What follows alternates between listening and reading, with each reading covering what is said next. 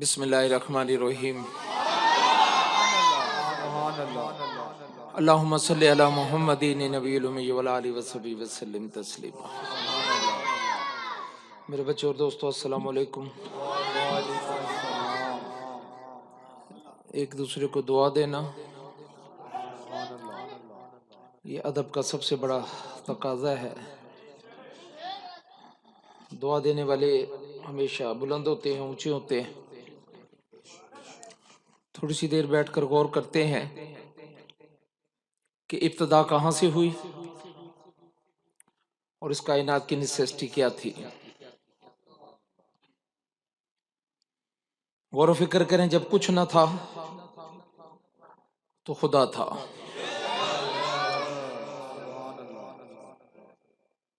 یہاں سے ابتدا ہوئی اور اللہ کی نیسیسٹی اللہ بیان کرتے ہیں کہ میں وحدہ لا شریک ہوں، جو میں ہوں مجھ جیسا کوئی دوسرا نہیں ہے۔ میں نے اس کائنات کو پیدا کیا، میں ہی اس کے ذمہ دار ہوں، میں ہی اس کو چلانے والا ہوں اور میں ہی اس کی ہر بات کا حقدار بھی ہوں۔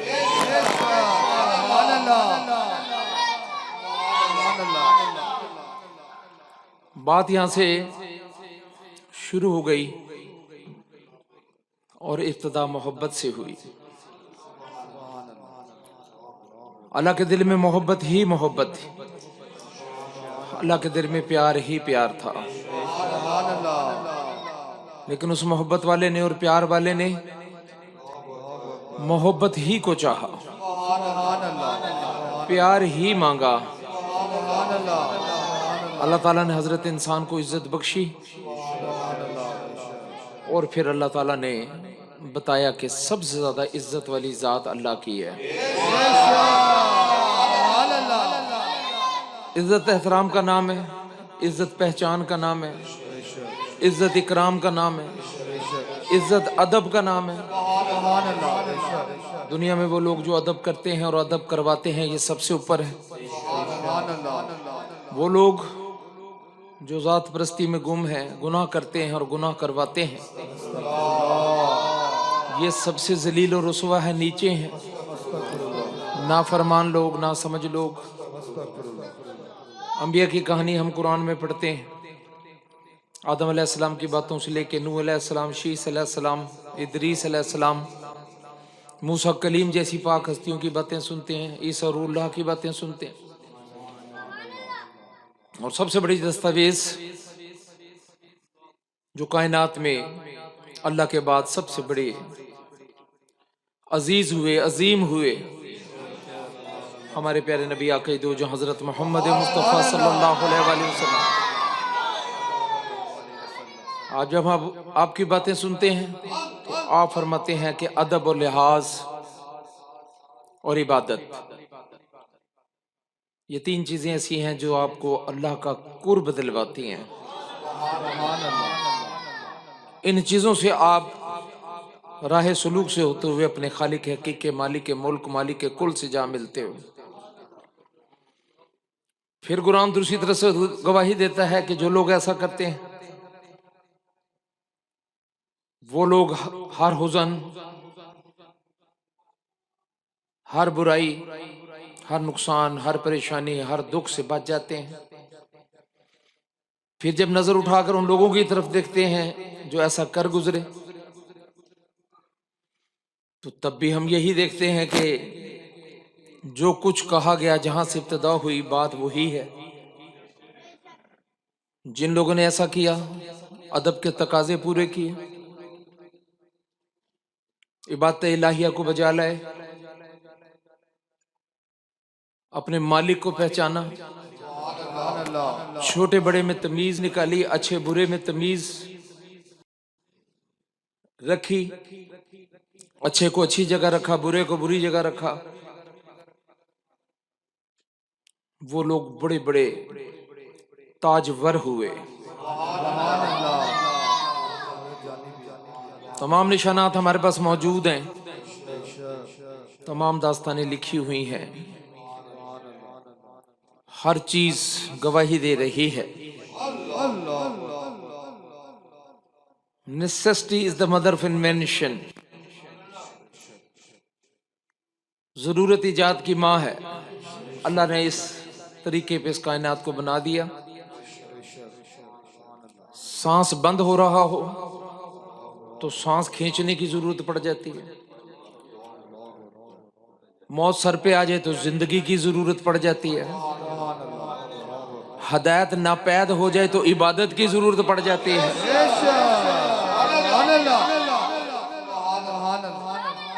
ہر طرف بے ادبی پھیل جائے تو ادب والے لوگ آ جاتے ہیں. اور اگر ایسا نہ ہو تو سمجھ لو کہ سروائیول ناپید ہو چکی ہے. موت آ گئی، آپ سانس کھینچ رہے ہو، سانس نہیں آ رہا یا سانس اندر نہیں جا رہا، تو آپ سمجھ لیں کہ سلسلہ منقطع ہونے لگا ہے. اسی طرح جس نے کائنات بنائی تھی اس نے چاہا کہ خودکار کوئی نظام بنایا جائے. وہ مالک تھا، کسی کو دخل نہیں تھا اس بات میں کہ وہ سوچتا، لیکن لوگوں نے دخل اندازی کر کے کھیل کو برباد کر لیا. فرعون نے دخل اندازی کی، کس کا نقصان ہوا؟ فرعون کا نقصان ہوا. نمرود نے دخل اندازی کی، کس کا نقصان ہوا؟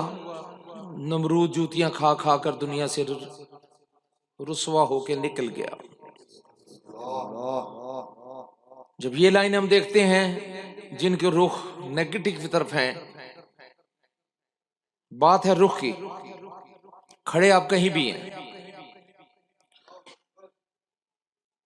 آپ پیچھے کھڑے ہیں یا آگے کھڑے ہیں، اس سے فرق نہیں پڑتا. فی الحال فرق اس بات سے پڑتا ہے کہ آپ کا رخ کس طرف ہے. اگر آپ کا رخ شیطان کی طرف ہے تو آپ جب شیطان کی آگے بڑھیں گے تو پھر آپ شیطان کے پاس ہی جائیں گے. اور اگر آپ ابتدائی لائن میں اس طرف کھڑے ہیں جن کا رخ محمد صلی اللہ علیہ وآلہ وسلم کی طرف ہے،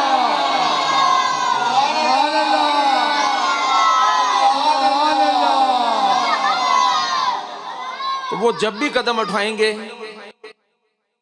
وہ جائیں گے نبی پاک صلی اللہ علیہ وآلہ وسلم کی طرف.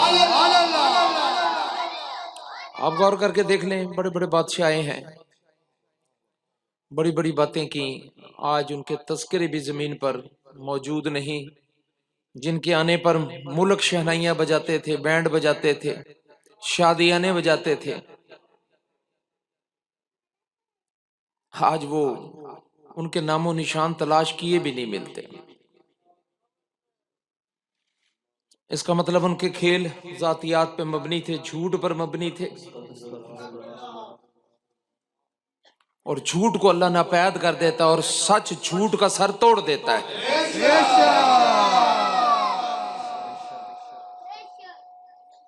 چاہے وقتی طور پر جھوٹ کتنا ہی طاقتور کیوں نہ ہو.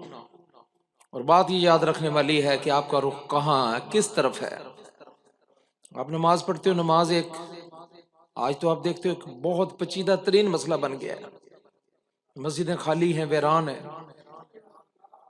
اربوں مسلمان ہیں، خانہ کعبہ خالی ہے، مسجد نبی کا صحن خالی ہے. حقیقت میں یہ بھی ایک سمندر ہے، اس قدرت والے کی شان ہی بہت زیادہ بڑی ہے.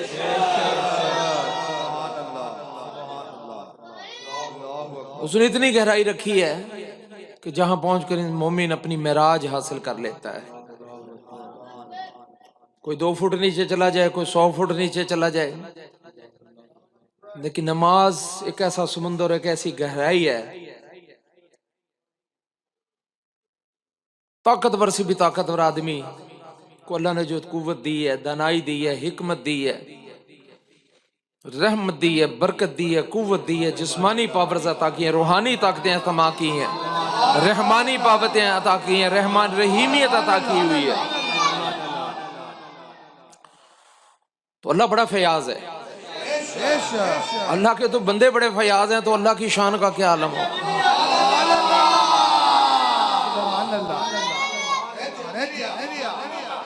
ہر چیز ہمارے سامنے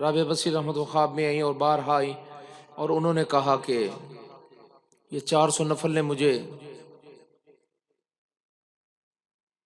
کمال تک پہنچا دیا ہے.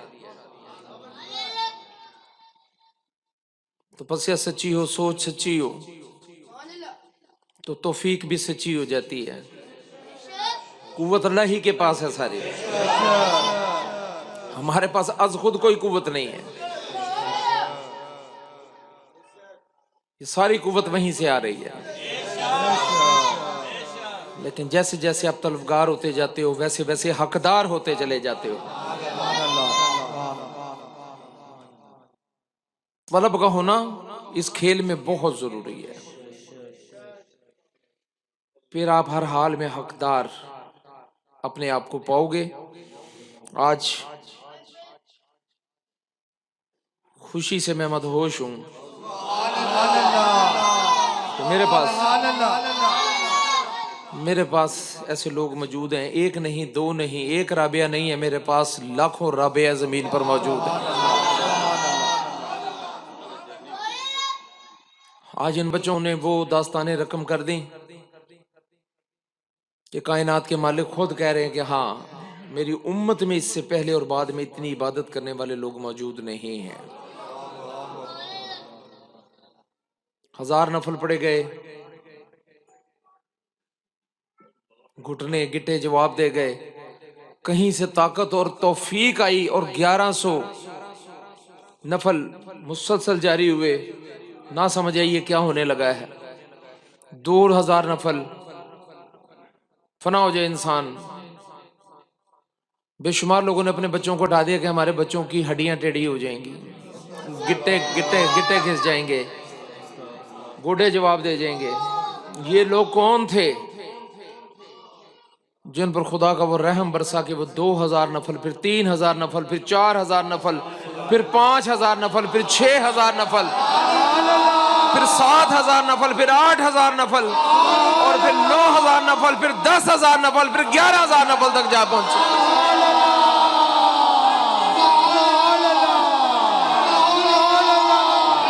اور جب موت آئے تو ہماری زبانوں پر ہو لا الہ الا اللہ محمد رسول اللہ.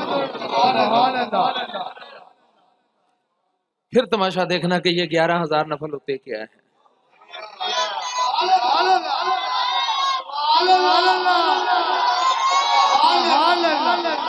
پھر دیکھنا کہ ایک بندہ کیوں ڈیوٹی لگاتی ہے اللہ نے، اس لیے کہ ہدایت ناپید ہو رہی ہے، سانس بند ہو رہی ہے، یہ کائنات آخری ہچکیاں لے رہی ہے، سروائیول ناپید ہو رہی ہے. لوگ فخر کر رہے ہیں، اللہ سے دوری پر فخر کر رہے ہیں.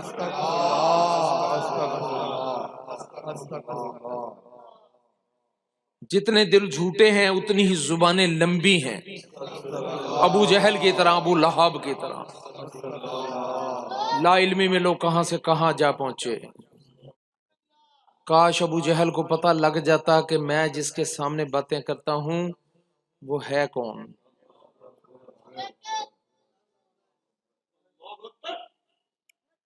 کاش ابو لہب کو پتہ لگ جاتا کہ میں محمد عربی صلی اللہ علیہ وسلم کے جوتے جیسا بھی نہیں ہوں، اس کی مٹی جیسا بھی نہیں ہے.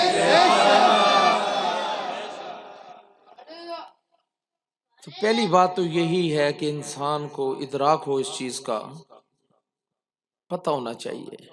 بغیر ادراک اور سوچ کے، یہ بھی علم ہے، یہ بھی بہت بڑا علم ہے کہ انسان دیکھتے ہی حق کو پہچان جائے.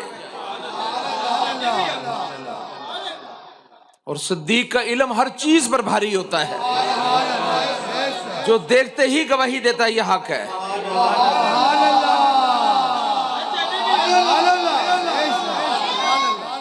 ورنہ گدھے پہ جتنی مرضی کتابیں لاد دو وہ کبھی علم والا نہیں ہوتا. تو پہلا علم تو ودیعت الہی کے طور پر آپ کو عطا ہوا ہے. گو میں نے ابھی چند باتوں سے محفل کی ابتدا کر دی. انشاءاللہ گئی رات تک اللہ کی باتیں ہوں گی. یہ عبادت میلے کا کام بھی ہوگا، یہ بھی بتاتے رہیں گے، آپ کے ساتھ بات ہوتی رہے گی. اور اب وہ پرائم ٹائم شروع ہو گیا ہے جس میں ہم 21ویں برس سے اپنے پیارے نبی پر بغیر ناغے کے، یہ بھی تو علم ہے، یہ بھی تو تار ہے، یہ بھی تو تعلق ہے، جو ہو گیا اور جو جڑا ہوا ہے اس کے ساتھ، اس کی قیمت کا کیا عالم ہوگا؟ جس کی تانت اور جس کی تار اللہ ٹوٹنے ہی نہیں دیتے، وہ عظیم کمال اور کھیل۔ اللہم صلی علی محمد نبی الامی وعلی آلہ وصحبہ وسلم تسلیما۔ نبی کی تعریف میں کہیں کائنات کی بقا کے راز چھپے ہوئے ہیں، کہیں درود پاک میں بھی مقام محمود کے راز چھپے ہوئے ہیں۔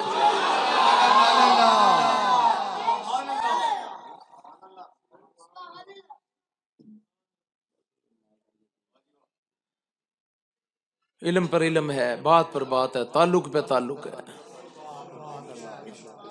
بہت سارا علم ہونے کے باوجود بھی بولنے کا حکم نہیں، لیکن اے اللہ رحمت نازل فرما اس عظیم اور پاک نبی پر جس کی عزت کا تقاضا یہ ہے کہ تو نے پڑھنے لکھنے کے لیے کسی کے سامنے انہیں دو زانو نہ بٹھایا۔ اے اللہ رحمت نازل فرما ان کے تمام اصحاب اور آل اور اولاد پر۔ کسی کو برا مت کہو، کچھ پتہ نہیں کس کی نبی سے کیا نسبت نکل آئے، اور جن کے ماتھوں پر داستانیں لکھی جاتی ہیں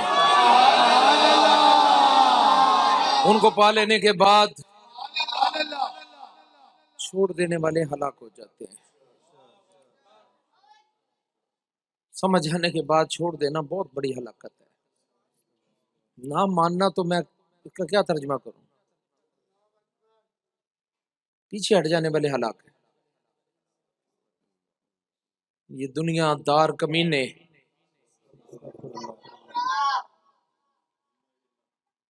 یہ ہمیشہ ذلیل و رسوا ہی رہتے ہیں۔ وقتی طور پر اللہ کو رحم آ بھی جائے، 2 محفلیں بلا لیتے ہیں، اللہ چوکا ڈال بھی دیتے ہیں، لیکن اللہ تو نہ ملا، نبی تو نہ ملے کہ جا یہ میرے نبی کے قدموں کے صدقے کی خیرات لے جائے اس کو، لیکن جس میں جنت نہیں ہے۔ اللہ والے روتے ہیں اور دنیا والے کو کبھی سمجھ نہیں آتی۔ بڑی محبت اور پیار کے ساتھ اپنے اس پاک اور عظیم نبی پر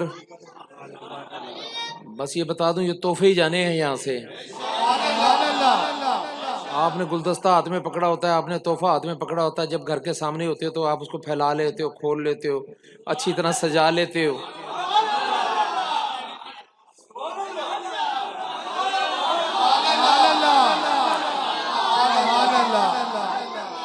خریدنا کچھ اور، چننا کچھ اور ہوتا ہے، دینا کچھ اور ہوتا ہے، اور پیش کرنا کچھ اور ہوتا ہے۔ کچھ لوگوں کو کھانا بہت اچھا بنانا آتا ہے لیکن سرو کرنا نہیں آتا۔ کھانا بہت اچھا بنا لیتے ہیں لیکن سرو کرتے ہوئے کھیل خراب کر جاتے ہیں۔ لو آج بہترین تحفے ایک ایک کر کے گنبد خضرا والے تک پہنچائیں گے انشاءاللہ۔ بڑی توجہ کے ساتھ، ہر بندے کا اپنا اپنا کھیل ہے، میں بتا دوں۔ پڑھو۔